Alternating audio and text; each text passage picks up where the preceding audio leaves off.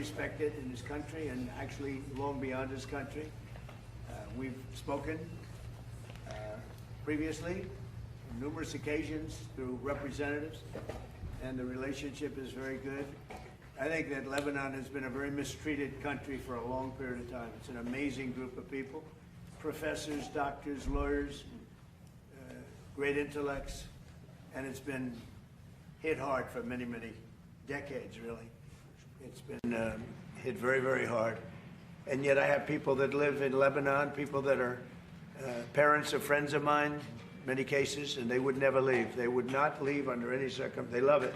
They love the country, and it's probably a dangerous place in a lot of ways, but they live in areas, they say, we hear bombs going off all the time, but we want to live in Lebanon. They love the country. Very smart people, very successful people, and they live there. But it's been a country of great intellect, great intellectuals. They still love it. They want to be there. And we're going to help it. We're going to help it a lot. So it's an honor to have the president and your representatives here. We've already met a couple of times, and we've had some good meetings. And we are going to solve a lot of problems. We've already solved some of them for Lebanon. As you know, there's a Hezbollah problem, but we've done some things that I think the world will take notice. Again, it's been a very badly treated place and country, and we're going to have it properly treated and treated with respect that it deserves. And Mr. President, it's an honor having you. Thank you very much.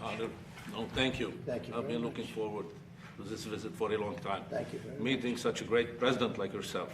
That's a very nice thing. See, he knows how to get to me. He can have anything. Now he can have anything. Would you like to say something? Now, really, I would like to thank President Trump, really, and his team for the historic visit and for the historic achievement that we did together by signing the framework with the ultimate objective of ending the state of hostility between Lebanon and Israel forever. I think, Mr. President, this will be your legacy. Together, we'll be able to achieve this objective. It's about time for Lebanon and for the whole region to be stable and secure. And I know your vision is peace, your vision is stability, and I think my vision coincides with your vision.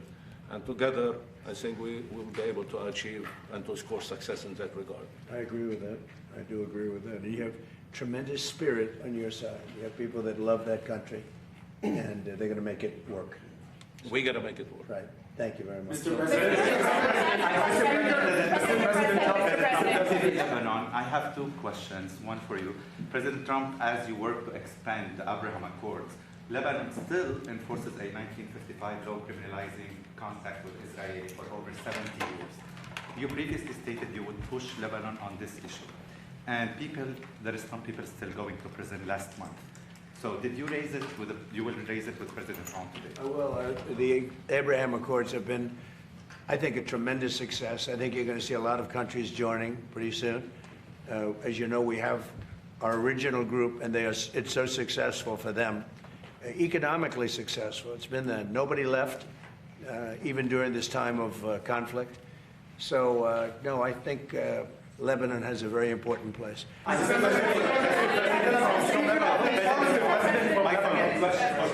is your level of concern of a blockade of the Red Sea by the Houthi rebels, opening up another front in the war? We'll see what happens. So far, it hasn't happened. It might happen.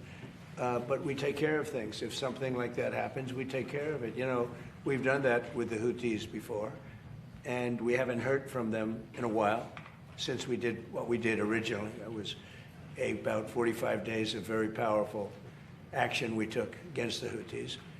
And we've had no problem with the Houthis. They've had no problem with us for a long period of time, including during this conflict. I think that if there is something like that, we'll just have to take care of business. The Speaker of the Lebanese Parliament rejected the agreement between Lebanon and Israel and he said it's a sedition. It's going to cause civil war. He's the Speaker of the Lebanese Parliament, and he speaks for Hezbollah. He's Hezbollah's big brother. What do you have to say about that? Well, maybe I'll let you speak to that. Actually, the framework doesn't require the endorsement of the parliament. Okay, it's part of our constitution. It's a prerogative of the president, and we are committed to it. And I think the Speaker of the Parliament is really wants to see the end of this war. He's from the south, and he knows he did his best to rebuild the south. But unfortunately, the south being destroyed in front of his eyes. So he's actually supportive of what we are doing, but we need to be careful. His position as a speaker and as a leader of the Shia community, we have to understand how critical is his position. But I can tell you that Speaker Berri is a man of state. He's supportive of what we are doing, and he's supportive of ending the state of hostility, ending the war once for all. I think when he sees, because I've heard that, he's a good person, good man. And when he sees the progress made, I'm sure he's going to come on. From NCI TV from Lebanon. I have two questions, please. When will the Israeli army fully withdraw from Lebanon? Is there a clear timeline for that? And last question, please. Last week you met with the Iraqi Prime Minister and discussed him or described him as handsome and saying he could become one of the best leaders in the Middle East. How do you describe Which one are we talking about? the Iraqi Prime Minister? Yes. How do you describe President? Well, I'd say he's handsome also, and I think he could become one of the most important leaders in the Middle East, actually, if we do this, because they've been trying to do this for decades, right? Decades and decades. So if I made that statement about somebody else, I would put him in the same category. When the Israeli army withdraw from Lebanon, is there a clear timeline for They're in that? the process of doing that. They're in the process of redeploying to other sections. And again, they get along very well. That was a great agreement they signed with Lebanon, and they're redeploying. Is there a Mr. President. The Lebanese army needs help, and the United States said that it's very important for the Lebanese army to take over the villages that Hezbollah withdraw from.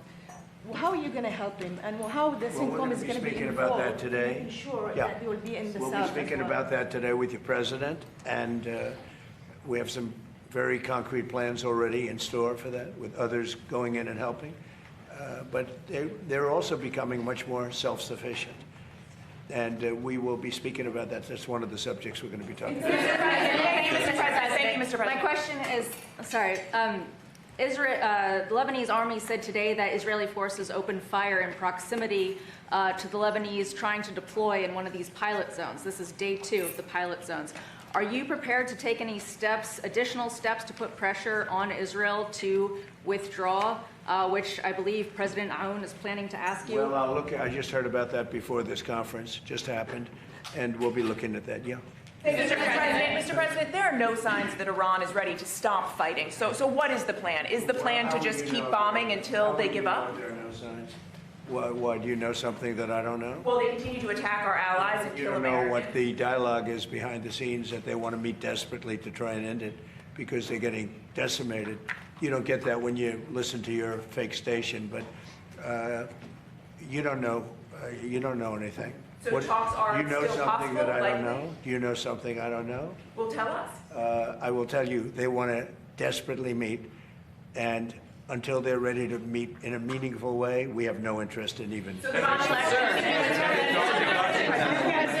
Mr. President, are you planning on putting any pressure or consequences on China for what you announced about them meddling in the 2020 election? Well, we're going to talk to them about it. It took place a long time ago. I think China's maybe a little bit different today than it was then. But look, they do things and we do things to them. I'll be honest. We do things to them too. It's not a one-way street.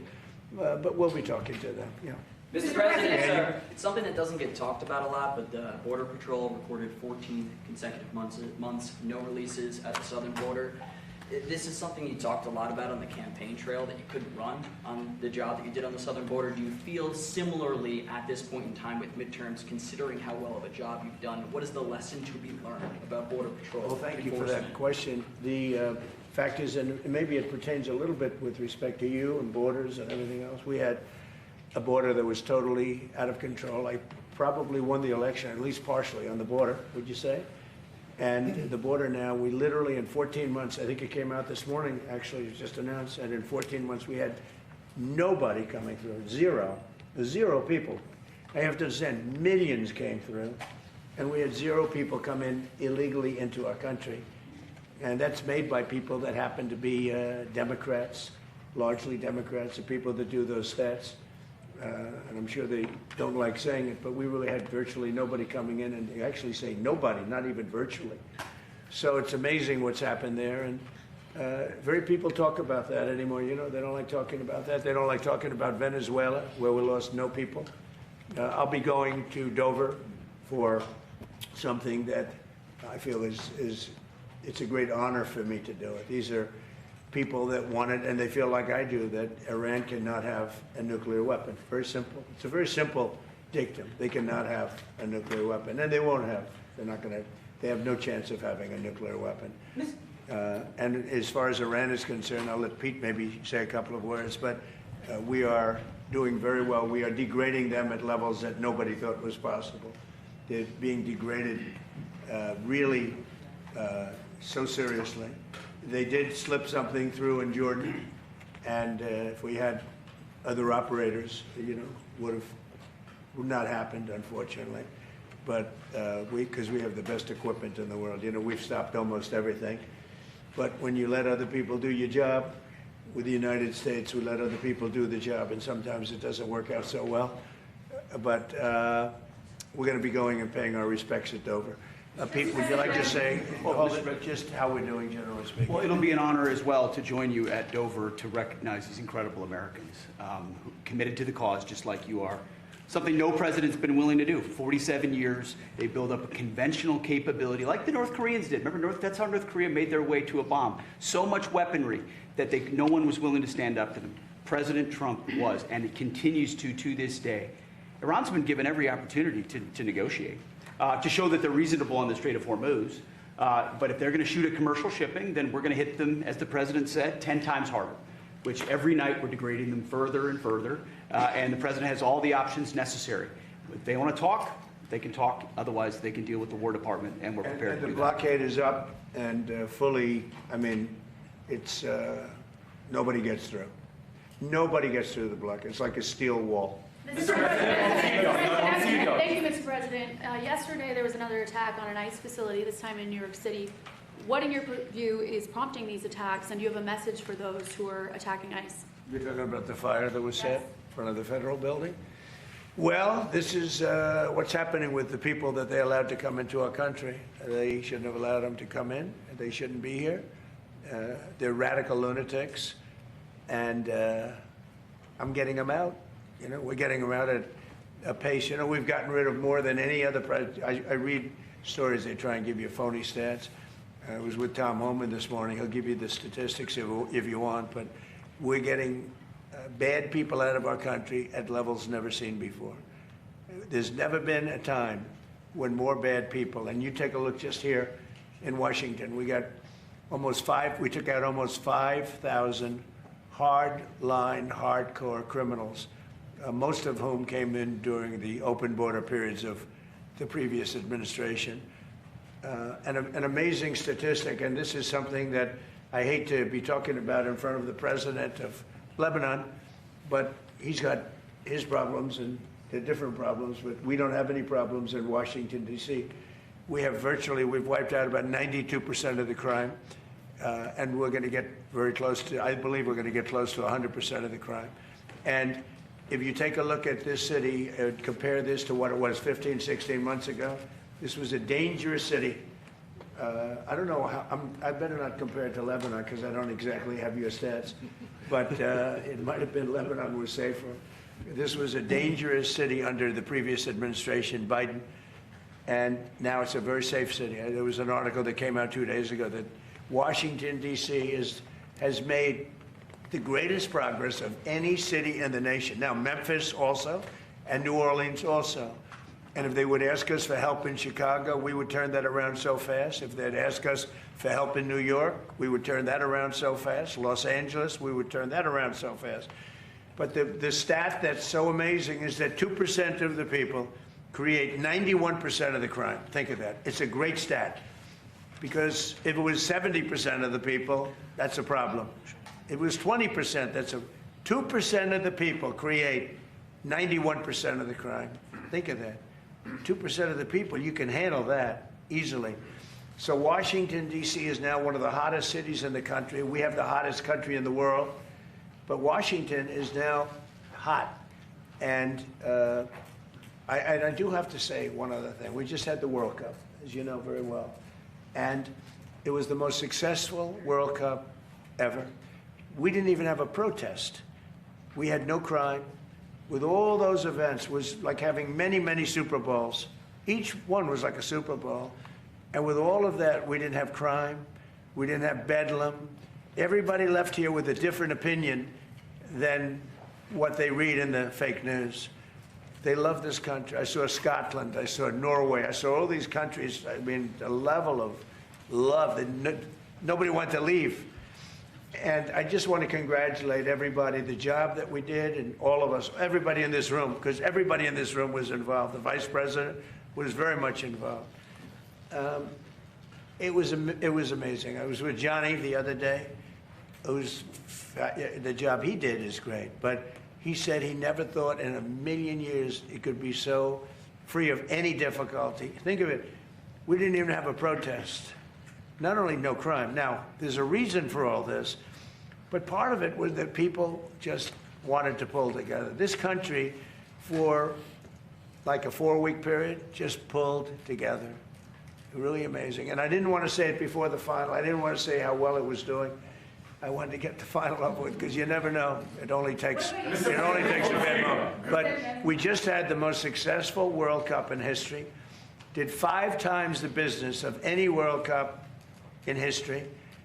And I can't wait to get them back, but I think we won't be able to get them for the next time. Do you feel safe here, especially with this upcoming? Do you feel safe, especially considering the attempts on your life? I feel safe. Why wouldn't I feel safe? Mr. President, I'm Pedro Ghani from Al Jadid. Are you still speaking with Hezbollah? You said in previous interviews that you're speaking with Hezbollah. I would say that, but I would speak to Hezbollah. Yeah. I speak to everybody. I'll speak to people that a lot of people think I shouldn't be speaking to, and things work out. I would speak to Mr. President, I would speak to Hezbollah. I would say this: if the president wanted me to speak to Hezbollah, you know, he's lived with Hezbollah for a long time. And if the president wanted me to speak to Hezbollah, I would. You know, I would. Thank you, Mr. President.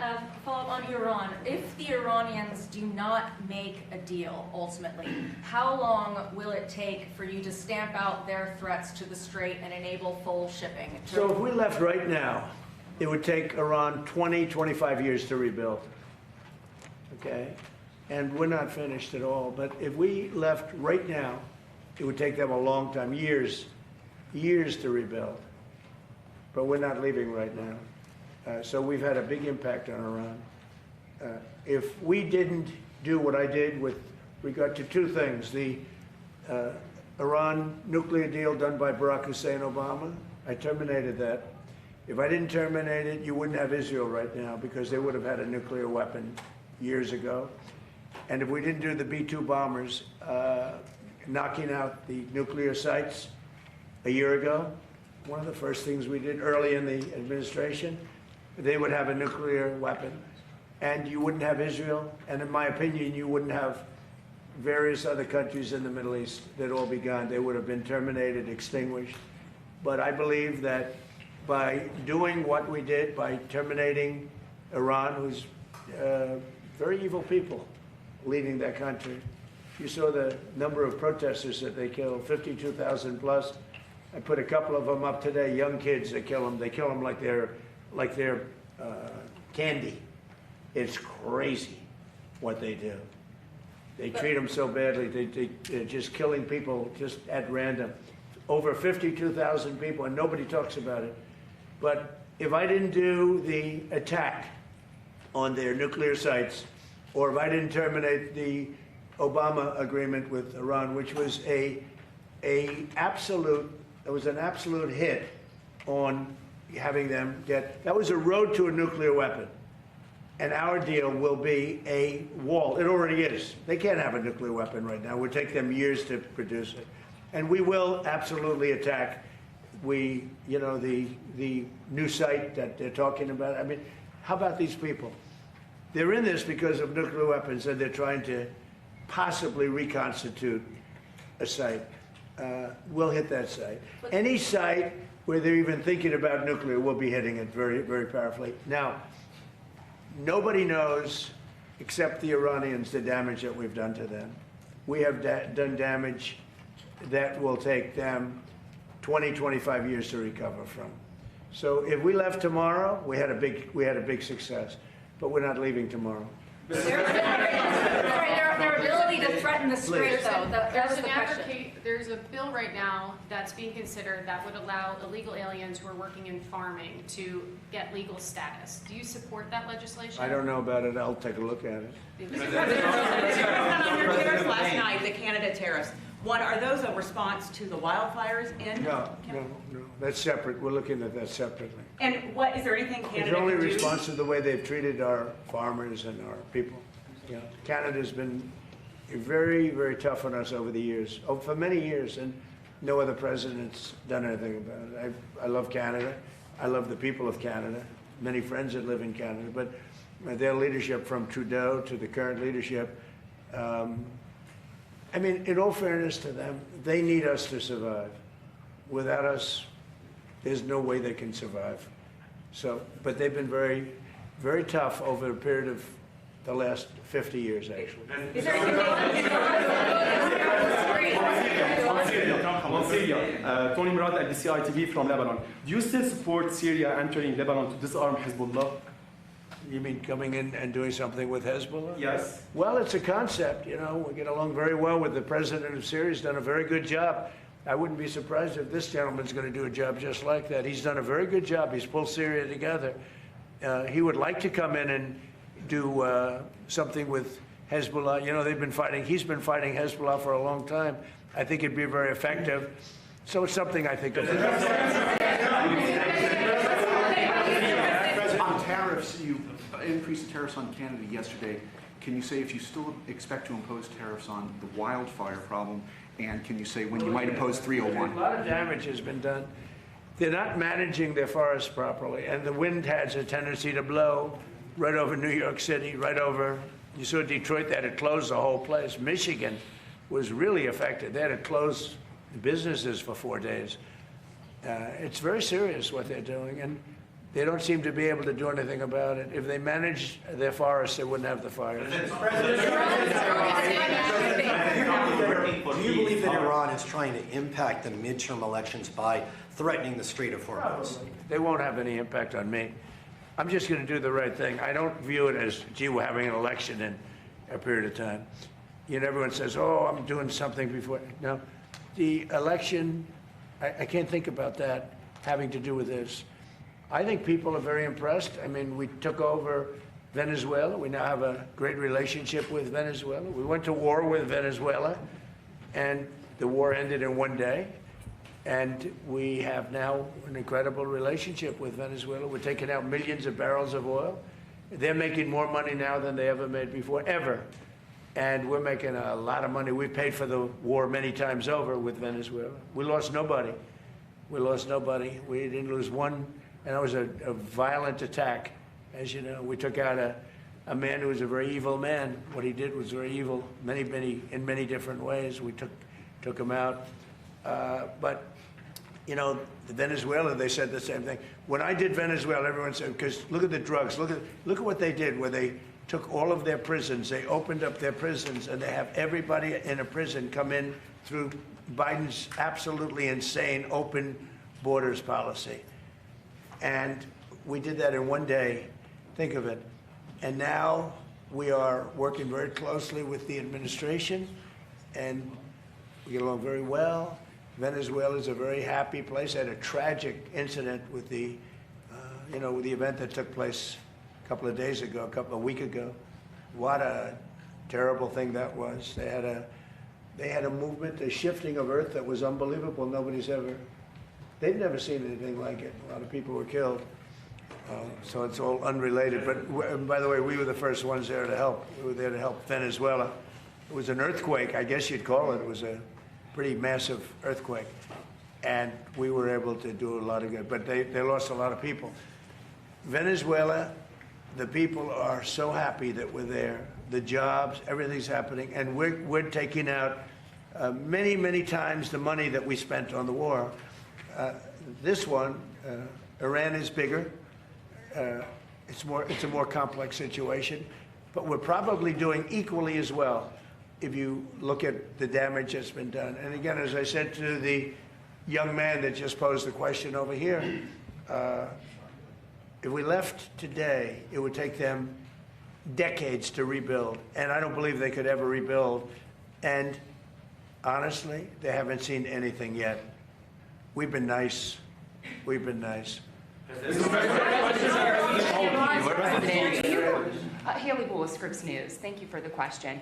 Do you believe that Iran has moved nuclear centrifuges into Pickaxe Mountain? And when you say we're not done yet, what is left to finish? Well, I think that they may have. We don't have it on record. All we do is read the fake news. You know, we see the news is so wrong so many times. So, you know, maybe this one they have right, but it's okay. It doesn't mean anything unless they have the material. You're talking about the centrifuges. Yeah, it doesn't mean anything unless they have the material. They don't have. We follow the material. That's where the action is, and we'll be hitting that area probably pretty soon. And there's not a thing they can do about it. You know, normally I wouldn't say that.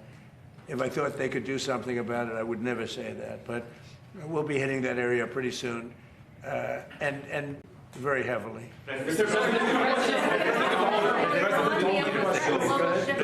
Two years ago, during the campaign, I interviewed you, and you told me on RTVE Lebanon that the peace will happen in Lebanon. And every word you said during the interview, it's happening today. Like from the first day in the administration, you were working hard for peace. I've been here daily. I understood Lebanon, and I understood how horribly Lebanon has been treated as a country. They've been like a whipping post. What's happened with Iran and with Hezbollah, but Lebanon's been treated very incredibly badly. And maybe I'm a little prejudiced in favor of Lebanon because I have so many Lebanese friends. You're not at all. Well, no, but there's so many Lebanese friends. And so I understand Lebanon. Tom Barrack is Lebanese, the ambassador. Regarding the Lebanese army, President Aoun, does the Lebanese army currently have the funding, equipment, and manpower necessary to implement the agreement? Or you are asking today President Trump for additional U.S. assistance today to do the job? Definitely, with the support of President Trump, and we spoke on the phone, and I told him I need two things from you: political support and supporting of the LAF, which is the LAF is the most trusted institution in the country, and it has the most powerful weapon, which is the trust of the public. And like any armed forces in the world, the Lebanese armed forces is the backbone of security and stability. We need to support the LAF. The LAF maintain the country safe and stable. Without the LAF, everything will collapse. We don't want that. I think President Trump doesn't want that. In 1975, the first institution to collapse was the LAF. And as a result, we saw the emergence of many local militias, and the South was empty, allowing the Palestinians to roam the South and launch attack against Israel. We don't want to see that back again. All we're asking is keep supporting the LAF. And they know that the LAF is doing a great job, performing its duty to the fullest. I fully trust the LAF. I fully trust the leadership of the LAF. And they did a great step forward with the recent signing with Israel. That was a big step. Are you going to allow direct flight from America to Lebanon again? I'm Pedro from... I can see that happening, absolutely. Question for President Aoun. Tony Murad from NBC TV. So Ambassador Isa, the U.S. Ambassador to Lebanon, Michel Isa, told me that the President Aoun would not leave Washington empty-handed. What concrete outcomes will you bring back to Lebanon? You'll find out. Mr. President? Thank you all very much. We're doing very well with Iran. We're doing unbelievably with the economy. We have investment. As you know, Toyota is coming in with the biggest plant, I understand, anywhere in the world. They're leaving Mexico. They're coming into our country. It's going to come into Texas, to be specific. We have more plants under construction now than at any time, by far, by many times. We have over $19.2 trillion being spent in America, and they're going to be opening up in a year or a year and a half. And there has never been a time like this in America. Truly, it's the golden age of America. Thank you very much, everybody. Thank you, guys. Thank you. Thank you, guys. Thank you, guys. Thank you. Thank you, guys.